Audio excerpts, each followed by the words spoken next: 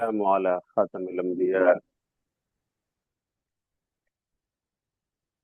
الحمد لله رب العالمين، والصلاة والسلام على خاتم الأنبياء وسيد المرسلين وعلى آله وصحبه أجمعين ومن تبعهم بإحسان إلى يوم الدين. أما بعد، أعوذ بالله من الشيطان الرجيم. بسم الله الرحمن الرحيم.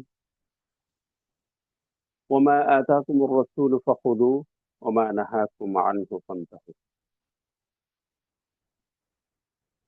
محترم خواتین اسلام اور عزیز طالبات،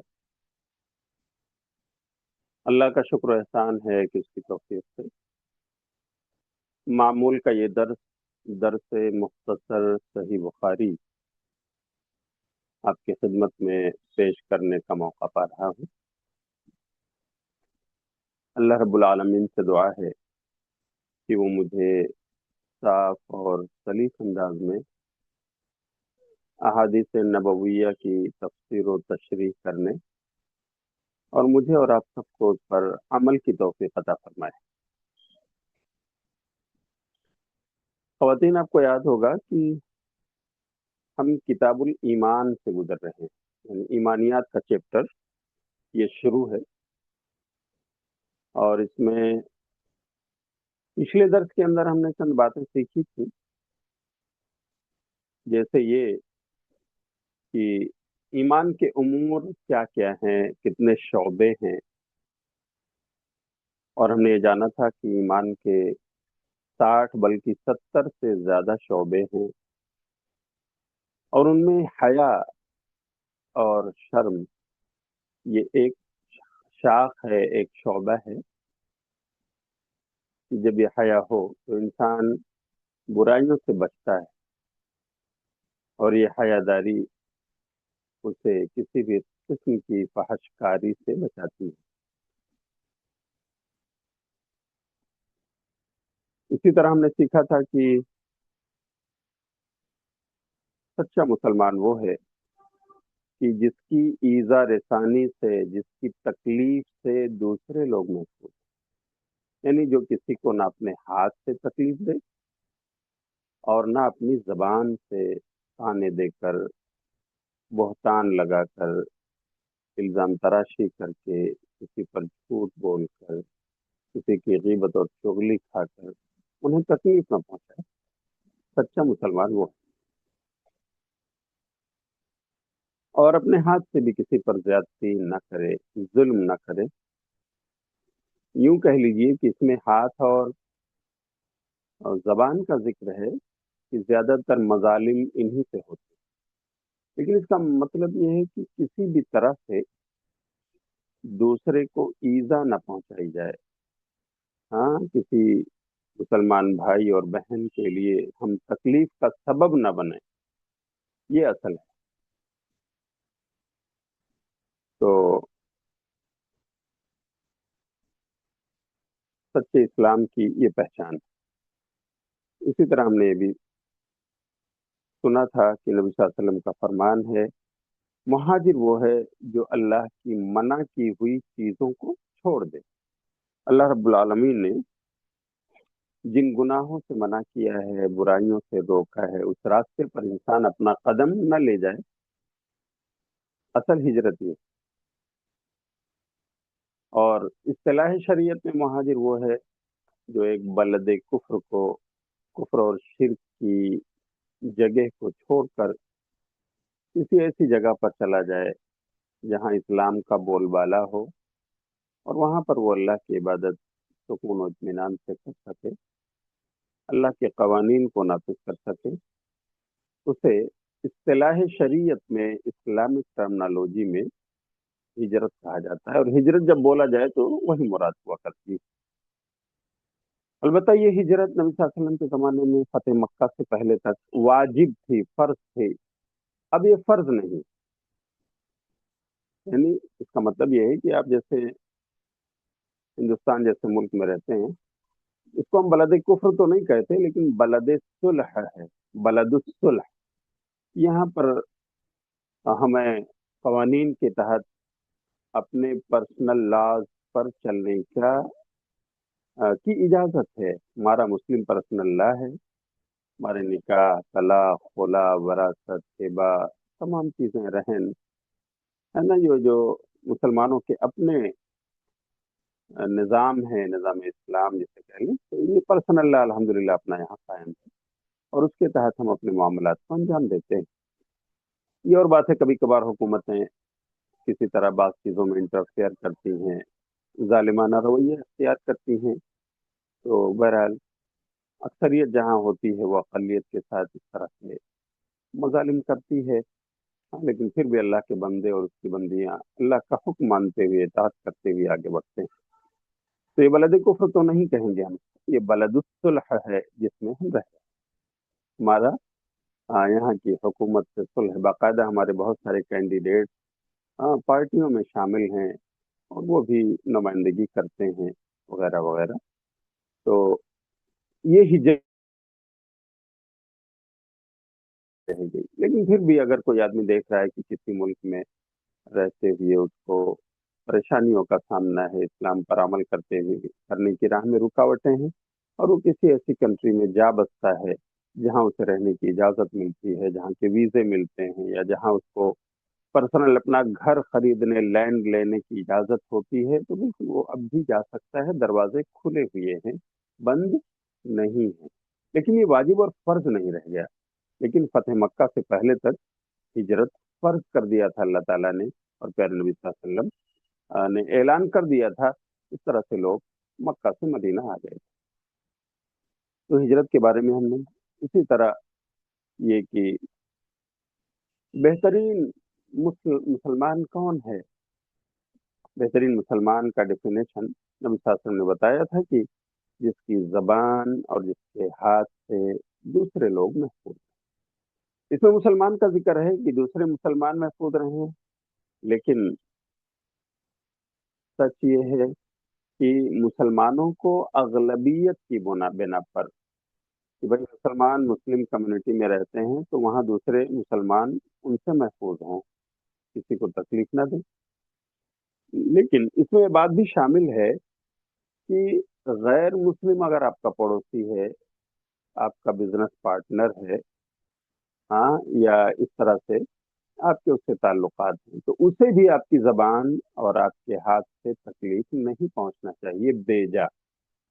اگر وہ آپ کو نہیں چھیڑتا، آپ کے دین اور دھرم کے بارے میں آپ سے نہیں لڑتا ہے نا، آپ کو کسی طرح کی تکلیف نہیں دیتا ہے، تو آپ کا بھی یہ فریضہ ہوا، اخلاقی فریضہ، کہ آپ بھی اپنے ہاتھ اور اپنی زبان اس کے تعلق سے اس طرح نہ کھولیں یا نہ چلائیں کہ اس کو تکلیف ہو، بھلے وہ غیر مسلم ہے. ان کے ساتھ بھی ہمارا رویہ، ہمارے اخلاق اچھے ہونے چاہیے. آج ہمارے سامنے جو حدیث رسول ہے جسے میں پڑھنے جا رہا ہوں، اس کا باب ہے باب اطعام الطعام من الاسلام. یہ اس کتاب کا صفحہ نمبر 89 ہے، 89، اور باب نمبر 5 ہے، 5. اس کی حدیث نمبر جو ہے وہ 12 ہے. تو خواتین اپنا یہ صفحہ، یہ پیج کھول لیں، پیج نمبر 89، اور اس میں باب یعنی چیپٹر نمبر 5 اور حدیث نمبر 12.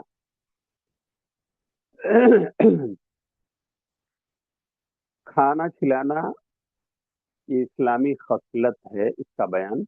حدیث رسول سنیے، میں پڑھتا ہوں، ترجمہ کرتا ہوں، پھر انشاءاللہ اس کی تشریح. عن عبداللہ ابن عمرو رضی اللہ عنہما، حضرت عبداللہ بن عمرو رضی اللہ عنہما سے روایت. رضی اللہ عنہما کا مطلب ہے کہ باپ اور بیٹے دونوں مسلم ہیں، دونوں صحابی ہیں، عبداللہ بھی اور ان کے والد عمرو بھی، اسی لیے رضی اللہ عنہما، ہما تسنیہ کا ہے. جی، تو ان سے روایت ہے، وہ کہتے ہیں ان رجلا سأل رسول اللہ صلی اللہ علیہ وسلم، کہ ایک آدمی نے اللہ کے رسول صلی اللہ علیہ وسلم سے پوچھا، ای الاسلام خیر، کہ اے پیارے رسول، اسلام کی بہترین خصلت کیا ہے؟ کون سا اسلام بہتر ہے؟ ایسا نہیں کہ اسلام کئی ایک ہے، اس کا مطلب ہے ایو خصلت الاسلام خیر، اسلام کی کون سی خصلت ہاں یہ بہتر ہے، آپ بتا دیجیے۔ قال تطعم الطعام وتقرأ السلام، آپ نے فرمایا کہ بہترین خصلت اسلام کی یہ ہے، یعنی مسلمان جس کے اندر یہ خصلت ہو بہترین، کہ تم کھانا کھلاؤ غریبوں کو، محتاجوں کو، یتیموں کو، ہاں حقداروں کو، ضرورت مندوں کو کھانا کھلاؤ یا ان کو راشن پہنچاؤ۔ تو طعم الطعام وتقرأ السلام، اور تم سلام عام کرو، تقرأ السلام، ہاں اور تم سلام کرو کسے؟ علی من عرفت ومن لم تعرف، اسے بھی سلام کرو جسے آپ پہچانتے ہو اور اسے بھی جس کو آپ نہیں جانتے، آپ جس سے آشنا ہو اسے بھی سلام کرو، اور جس سے آپ نا آشنا ہو، نہیں پہچانتے، لیکن اسلامی خصلت ان کے اندر آپ دیکھ رہے ہو، اسلامی طور طریقہ آپ پا رہے ہو، انہیں بھی سلام کرو، بھلے وہ آپ کے جانے پہچانے نہیں ہیں۔ تو اس میں اسلام کی دو بہترین خصلتوں کا ذکر ہوا۔ نمبر ایک، کھانا کھلایا جائے، تو اس میں سب سے پہلے مستحق تو وہی ہیں جن کو محتاج، ضرورت مند اور غریب کہا جاتا ہے۔ اسلام نے یہ چیز اس لیے لاگو کی ہے کہ سماج کے جو غریب لوگ، دبے کچلے لوگ ہیں، ان کو کھانا میسر آئے، فاقہ کشی کا شکار ہیں وہ، ان کے پیٹ میں بھی غذا جائے، اور وہ بھی اللہ کی اس نعمت سے اپنے آپ کو بہراور کر سکیں، اپنے آپ کو پال سکیں اور اللہ کی عبادت کر سکیں۔ ہاں وَتَقْرَؤُ السلام، اور سلام عام کرو، سلام کو پھیلاؤ، لوگوں سے جہاں سے گزرو سلام کرو۔ میں آپ کو یاد دلاؤں خواتین اسلام کہ یہ وہ صفات ہیں جس سے ہمارا سوشل ریلیشن بہت مضبوط ہوتا ہے۔ اسلام ایک کمیونٹی ہے نا، اس کمیونٹی کو مضبوط کرنے کے لیے یہ دونوں چیزیں بہت اہم ہیں۔ ایک تو سلام، کہ آپ جس کو پہچانتے ہو اسے بھی آپ سلام کریں، جس کو نہیں پہچانتے اسے بھی آپ سلام کر رہے، ٹھیک ہے؟ آپ کی محبت ان کے دلوں میں جاگوزی ہو رہی ہے۔ سلام میں پہل کرنا لوگوں کی محبتوں کو لوٹنا ہے، لوگوں کو اپنا گرویدہ بنانا ہے، اللہ کے سامنے اپنی عاجزی اور انکساری کا اظہار کرنا ہے۔ جو بندہ اللہ کے لیے عاجز اور انکساری والا بن جائے، اللہ تعالیٰ اس کی محبتیں لوگوں کے دلوں میں ڈال دیتا ہے۔ تو اس طرح سے وہ انسان لوگوں کا ہر دل عزیز بن جاتا ہے نا؟ اور کھانا کھلانا ظاہر سی بات ہے اپنے پڑوسیوں کی دیکھ ریکھ کو کرتا ہے، اپنے ضرورت مند رشتہ داروں تک پہنچتا ہے، ہاں اور اسی طرح ضرورت مندوں کا خیال رکھتے ہوئے ان کی دعوت لیتا ہے، ان کے لیے کھانا پکوا کر کھلاتا ہے یا ان کو راشن پہنچا دیتا ہے نا؟ تو اس طرح سے ان کے دلوں میں بھی وہ بیٹھ جاتا ہے، ان کی دعائیں وہ پاتا ہے۔ اسی لیے یہ ایسا سوشل ریلیشن ہے، ایسا سماجی تعلق جس سے سماج کی جڑیں مضبوط ہوتی ہیں، اور جب سماج اتحاد اور اتفاق کی لڑی میں پرو دیا جائے، لوگ متحد اور متفق ہو جائیں، تو پھر ایسا سماج ترقی کرتا ہے۔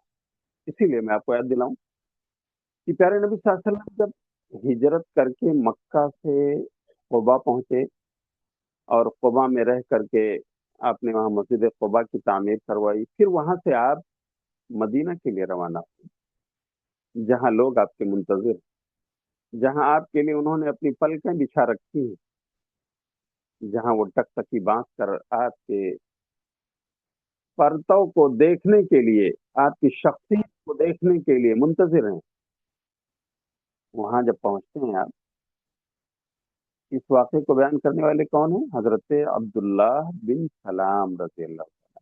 عبداللہ بن سلام جو پہلے اہل کتاب تھے، لیکن یہ جو واقعہ بیان ہونے جا رہا ہے، یہی واقعہ ان کے ایمان لانے کا سبب بنا، اور عبداللہ بن سلام مسلمان ہو گئے، تاجر۔ عبداللہ بن سلام رضی اللہ تعالیٰ عنہ کہتے ہیں کہ میں نے اس نبی عربی کی آمد کے بارے میں، آپ کے مدینہ آنے کے بارے میں ہم نے سنا، آپ کے ظہور اور آپ کے نبی بنائے جانے کا واقعہ بھی ہمارے کانوں تک پہنچ چکا تھا، لیکن میری چاہت تھی کہ میں آپ کو دیکھوں، اور میں تو عالم ہوں، مجھے تورات اور انجیل معلوم ہیں، ان کی تعلیمات سے آگاہ ہوں، میں اپنی آنکھوں سے دیکھ کر آپ کو پرکھوں کہ آپ کہتے کیا ہیں، آپ کرتے کیا ہیں، آپ کے اوصاف خلقیہ اور خلقیہ، آپ کی پیدائشی صفات کیا ہیں، اور آپ کے اخلاقی کردار کیا ہیں۔ تو کہتے ہیں بس جب محمد ابن عبداللہ صلی اللہ علیہ وسلم، جن کو ہم محمد رسول اللہ کہتے ہیں صلی اللہ علیہ وسلم، جب وہ مدینہ چل کر آئے اور لوگ جوق در جوق، گروہ در گروہ، جماعت در جماعت آپ کو دیکھنے اور آپ کا استقبال کرنے کے لیے مدینے سے باہر نکل آئے، تو عبداللہ بن سلام کہتے ہیں میں بھی اسی بھیڑ میں آیا، چلو میں بھی دیکھتا ہوں وہ نبی کیسے ہیں، کیا واقعی سچے ہیں، کیا ان کے اندر وہ علامات اور نشانیاں پائی جاتی ہیں جو تورات اور انجیل میں بیان ہوئی ہیں۔ تو آئے وہ کہتے ہیں کہ نبی صلی اللہ علیہ وسلم مدینہ پہنچ کر بہت ہی پرتپاک استقبال آپ کا ہوا، اور پھر آپ نے مدینہ پہنچ کر سب سے پہلا خطبہ جو آپ نے دیا، سب سے پہلا خطبہ، آپ ایک باغ میں کھڑے ہوئے، لوگوں کا جھرمٹ ہے، لوگ آپ کے ارد گرد کھڑے ہیں، آپ صلی اللہ علیہ وسلم انہیں خطبہ دیتے ہوئے سب سے پہلی بات جو ان کے کانوں تک پہنچاتے ہیں وہ کیا ہے؟ آپ صلی اللہ علیہ وسلم کہتے ہیں اللہ کی حمد و ثنا بیان کرنے کے بعد، ایھا الناس، یہ لوگوں، افشوا السلام واطعموا الطعام وصلوا الارحام وصلوا باللیل والناس نیام تدخلوا الجنت بسلام۔ اللہ اکبر، کتنے پیارے جملے ہیں نبی صلی اللہ علیہ وسلم نے بیان فرمائے، صرف 5 جملے، ہاں 4 خصلتیں آپ نے ذکر فرمائی جو جنت میں جانے کا ذریعہ ہے انسان کے لیے۔ سب سے پہلی بات آپ نے کہا افشوا السلام، لوگوں سلام کو عام کرو، پھیلاؤ، افشا کرو یعنی عام کرو، بازار سے گزر رہے ہو سلام کرو، گلی کوچے سے گزر رہے ہو ملنے والے مسلمان کو سلام کرو، کسی رشتہ دار کے گھر جا رہے ہو داخل ہو سلام کر کے داخل، کسی پڑوسی کے گھر اس کے آنا جانا ہو یا ملاقات ہو سلام کرو، کسی پروگرام اور اجتماع میں جا رہے ہو سلام کرو، اپنے سلام کے آداب بھی بتائیں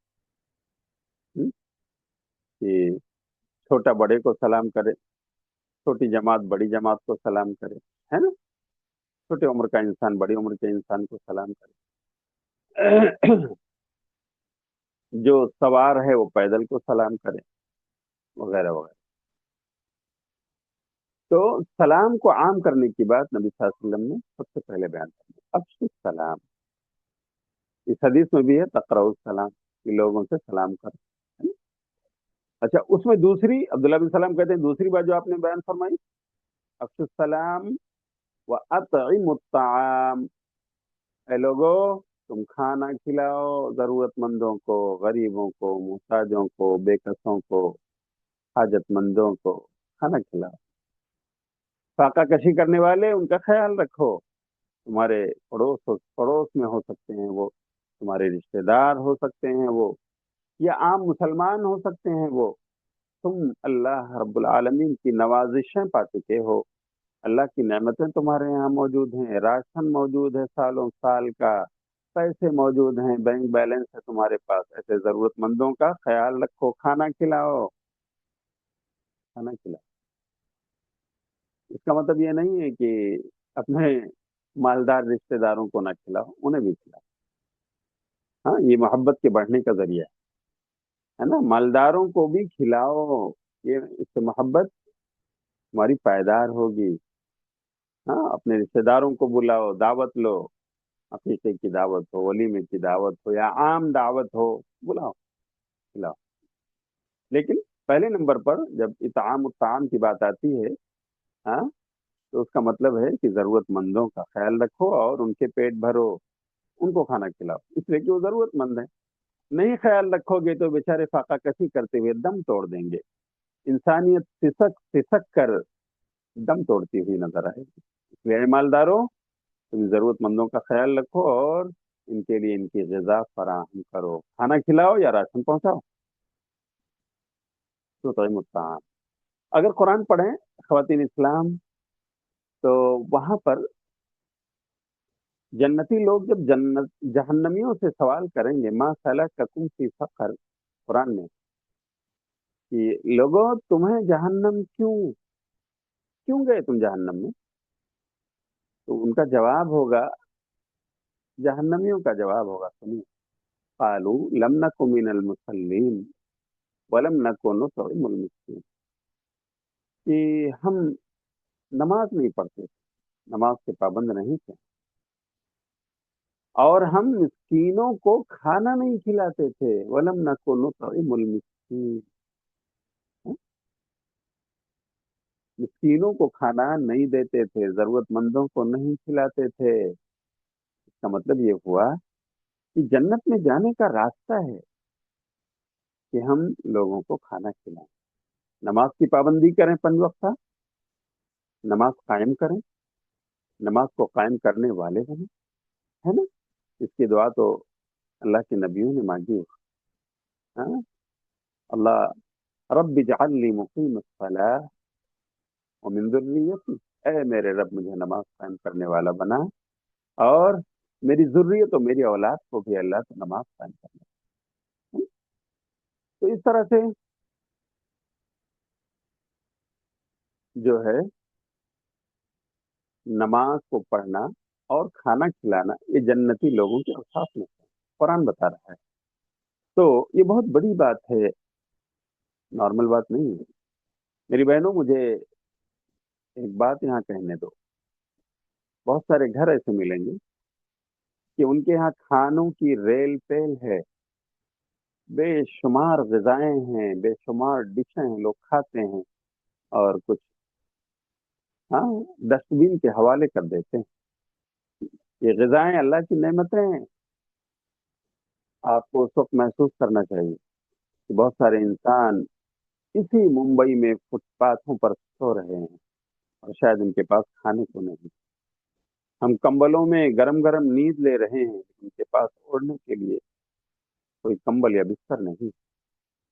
آپ محسوس کیجیے، وہ کھانا جو ضائع ہونے کی طرف جا رہا ہے، جسے ہم اٹھا کر کے ڈسٹ بین کے حوالے کر رہے ہیں، اس سے محسوس کر لیجیے۔ آپ کے گھروں میں ریفریجریٹرز ہیں، ہاں، آپ اس مشین میں اسے سیو کر لیجیے، ہے نا؟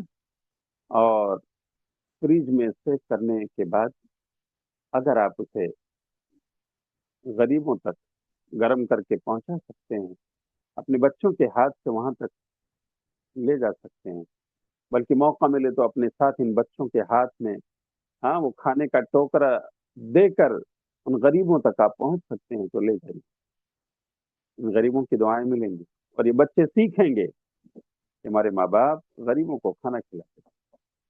ان فٹ پاتھ پر بسنے والوں کو بھی کمبل لا کر دیتے تھے، انہیں ٹھنڈیوں میں اوڑھنے بچھونے کا انتظام کرتے تھے ہمارے ماں باپ، اور اللہ جو دیتا تھا وہ کھانا بھی انتظام کرتے تھے۔ بڑا عظیم کام ہے، بچوں کی تربیت بھی ہوگی اور اس طرح سے ہمیں دعائیں بھی ملیں گی۔ لیکن بہت ایسا ہوتا ہے کہ گھروں میں زیادہ کھانے پک گئے، رکھے ہوئے ہیں، ہم نے دوسرے ٹائم اسے کھانا مناسب نہیں سمجھا، حالانکہ ہم کھا سکتے ہیں گرم کر کے. اور کبھی کبھی یہ کہہ رہے چلو اس کو ٹوکری کے حوالے، ڈسٹ بین کے حوالے، ضائع نہ کی. اللہ کی نعمت. بہت سارے آپ کے بھائی اور بہنیں بھوکے ہیں، بھوکا پیٹ سو رہے ہیں، فاقہ کر رہے ہیں. اللہ کے لیے انہیں یاد کیجیے اور کھانا پہنچائیے. بہت عظیم کام ہے جو جنت میں لے جانے کا راستہ ہے. بتائیے، جہنمی جواب دے رہے ہیں ہم کھانا نہیں کھلاتے تھے، ان مسکینوں کا خیال نہیں رکھتے تھے. یہ ایک وجہ انہوں نے بیان کی اور اس طرح سے وہ جہنم رکھتی گئی. بلکہ اگر آپ سورہ معون پڑھیں تو اللہ تعالیٰ وہاں فرماتا ہے ارأیت الذی یکذب بالدین فذلک الذی یدع الیتیم ولا یحض علی طعام المسکین. ہاں، اللہ کہتا ہے کہ نبی بتاؤ ذرا اس شخص کے بارے میں جو بدلے کے دن کو جھٹلاتا ہے. کیسے جھٹلاتا ہے؟ فذلک الذی یدع الیتیم، یہ وہی ہے جو یتیموں کو جھڑکتا ہے، یتیموں کو ذلیل کرتا ہے، یتیموں یتیموں کے ساتھ ناروا سلوک کرتا ہے. وہ یا قیامت کے دن کا، بدلے کے دن کا انکار کر رہا ہے. لیکن اگر اسے یقین ہوتا تو وہ ضرور یتیموں کا خیال رکھتا، ان کے مال ان کے حوالے کرتا، ان کے حقوق کی پاسداری کرتا. لیکن یہ تو یتیموں کو جھڑک دیتا ہے، انہیں ذلیل کرتا ہے. فذلک الذی یدع الیتیم ولا یحض علی طعام المسکین. اور یہ وہ ہے آخرت کا منکر، یوم الدین کا منکر، جو مسکینوں کو کھلانے پر ابھارتا بھی نہیں، خود بھی نہیں کھلاتا ہے اور مالداروں کو ابھارتا بھی نہیں کہ تم خیال رکھو مسکینوں کا، غریبوں کا، محتاجوں کا، رشتہ داروں کا، پڑوسیوں کا. ابھارتا بھی نہیں. ولا یحض علی طعام المسکین. حض یحض کا مطلب ابھارنا، ہاں، کسی میں جذبہ بیدار کرنا. تو یہ بھی ایک بڑا کام ہے، چھوٹا کام نہیں. ہو سکتا ہے آپ کے پاس اتنا مال نہ ہو، ہاں، آپ بہت زیادہ غریبوں کی خبر گیری نہ کر سکتے ہوں، آپ کی روزی محدود ہو، لیکن آپ مالداروں کو بتا تو سکتے ہیں، ان کو ابھار تو سکتے ہیں، ان کو اس بات کی ترغیب تو دے سکتے ہیں، اپریشیٹ تو کر سکتے ہیں کہ یہ کام بڑا اچھا ہے، یہ جنت میں لے جانے والا کام ہے. آپ غریبوں کو کھانا کھلاؤ، خاص طور سے رشتے دار جو ضرورت مند ہیں ان کے یہاں راشن بھراؤ. یہ جنت پانے والوں کی صفت ہے، جنتی لوگوں کے اوصاف میں. تو خواتین اسلام، یہ دوسرا جملہ تھا. افشوا السلام پہلا اور واطعموا الطعام دوسرا. اور آپ کے خطبے کا تیسرا جملہ تھا وصلوا الارحام، اور رشتے داریاں جوڑو. کاٹتے ہیں جو رشتے داریاں ان سے بھی ملو، جو بھاگتے ہیں ان کا بھی پیچھا کرو اور انہیں سلام کر کے ان سے جڑنے کی کوشش کرو. ہے نا، رشتے داری جوڑو. ہاں، نبی صلی اللہ علیہ وسلم نے کہا کہ اگر انسان میں ناراضگی ہو جائے تو بھی 3 دن سے زیادہ بات چیت کو بند رکھنا جائز نہیں ہے. 3 دن سے زیادہ بات چیت کو بند رکھنا جائز نہیں ہے. آپ صلی اللہ علیہ وسلم نے کہا لا یحل لامرئ مسلم ان یہجر اخاه فوق 3 لیال.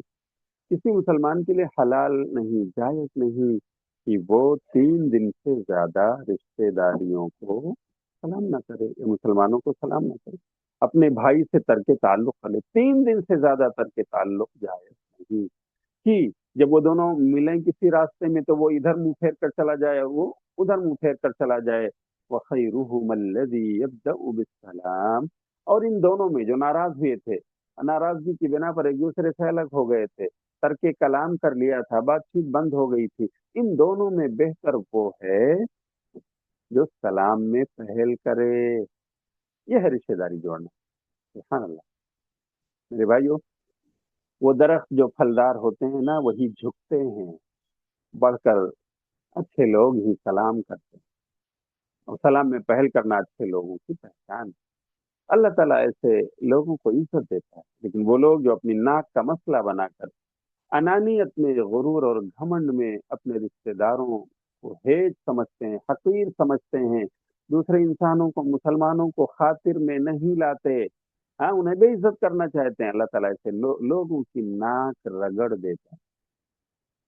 اس لیے پیاری بہنوں، یہ بہت اعلیٰ صفت ہے کہ آپ ناراض ہونے والوں کو بھی منا لو، ان رشتہ داروں سے اپنے رشتہ داریوں کو جوڑ لو اور اس میں پہل کرو، ہے نا؟ تو یہ تیسرا جملہ تھا نبی صلی اللہ علیہ وسلم کا، وصل الارحام، ارحام رشتہ داریاں، انہیں جوڑو اور توڑنے سے بچو، قطع رحمی کرنے سے بچو۔ صلہ رحمی یعنی رشتہ داری جوڑنا، اس کا تقاضا ہے، اسلام کر رہا ہے، اور قطع رحمی یعنی رشتہ داری کو توڑنا اسلام نے اس سے منع کیا، بلکہ کہا ہے کہ قطع رحمی کرنے والا جنت میں نہیں جائے گا۔ اس لیے رشتہ داریاں بنا کر رکھو، جوڑ کر رکھو، ان تانے بانے جو رشتہ داریوں کے تانے بانے ہیں نا، ان کی گتھیاں اچھی طرح سے مضبوط کرتے ہیں۔ یہ تیسرا اور چوتھا جملہ تھا نبی صلی اللہ علیہ وسلم کا مدینہ پہنچنے کے بعد جو آپ نے خطبہ دیا، وصلوا باللیل والناس نیام، اور رات میں اٹھ کر نماز پڑھو جب لوگ سو رہے ہوں، تہجد، قیام اللیل، اسے ادا کرو، اللہ کو یاد کرو اور مانگو، اللہ تمہیں دینے کے لیے آواز دے۔ کون ہے مجھے پکارنے والا، میں اس کی سنوں؟ کون ہے مجھ سے روزی طلب کرنے والا، میں اسے نواز دوں؟ کون ہے مجھ سے بخشش چاہنے والا کہ میں اس کے گناہوں کو بخش دوں؟ اللہ آواز دیتا ہے اس پہر میں، تیسرے پہر میں، ہاں، جب لوگ سو رہے ہوں اور کوئی بندہ یا بندی اٹھ کر نماز پڑھیں، اللہ کو یاد کریں، دعائیں مانگیں، اس کے سامنے اپلیکیشن رکھیں، تو اللہ تعالیٰ قبول کرتا ہے۔ پھر آپ نے کہا تدخل الجنت بسلام، ایسا کرو گے تو تم جنت میں داخل ہو جاؤ گے۔ کیا کام کرنا ہے؟ افشوا السلام، لوگوں میں سلام پھیلانا ہے، عام کرنا ہے۔ صحابہ کرام تو بازار اس لیے جاتے تھے کہ اپنے بھائیوں کو سلام کریں، السلام علیکم، السلام علیکم، السلام علیکم۔ بازار جانے کا مقصد لوگوں میں سلام کا ہوتا ہے۔ تو افشوا السلام، سلام پھیلاؤ، و اطعموا الطعام، کھانا کھلاؤ ضرورت مندوں کو بھی اور اپنے رشتہ داروں کو بھی جو بھلے ضرورت مند نہیں ہیں لیکن رشتہ داریاں جوڑنا ہے، اس کا حق ہے۔ وصلوا الارحام، اور رشتہ داریاں جوڑو، قطع رحمی سے بچو، صلہ رحمی کرو۔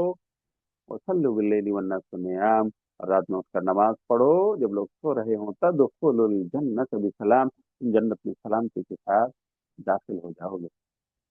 عبداللہ بن سلام کہتے ہیں، یہ جملے میں نے سنے آپ کی زبان سے تو میرے دل نے فوراً اقرار کر لیا کہ اتنے جامع ترین، اتنے اچھے جملے، اتنا اچھا کلام، یہ کسی نبی کی زبان ہی ادا کر سکتی ہے، کوئی رسول ہی بول سکتا ہے کہ 4 جملوں میں اس نے تمام نیکیوں کو سمیٹ دیا۔ اللہ،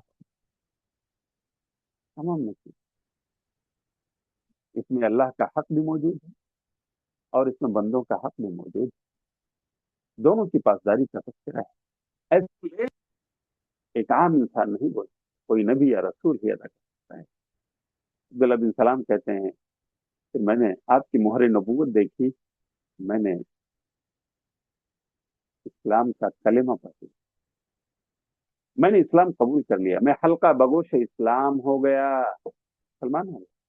سبحان اللہ، کہ نبی صلی اللہ علیہ وسلم کا پہلا خطبہ جو آپ مدینہ پہنچ کر دے رہے ہیں، پہلی بات جو مدینہ والوں کو پیغام پہنچا رہے ہیں، آپ کا پہلا میسج یہی تھا، اس حدیث میں ہے، اور یہی عبداللہ بن سلام رضی اللہ تعالیٰ عنہ کے اسلام لانے کا سبب بن گیا۔ تو پیاری بہنوں، یہ جو حدیث ہے بڑی جامع ترین ہے کہ اسلام کی بہترین خصلت کیا ہے، اللہ کے رسول بتائیے۔ آپ نے کہا تو کھانا کھلاؤ، وتقرؤ السلام، سلام کرو، علی من عرفت ومن لم تعرف، جسے آپ پہچانتے اسے بھی، جسے آپ نہیں پہچانتے اسے بھی، دونوں کو سلام کرو۔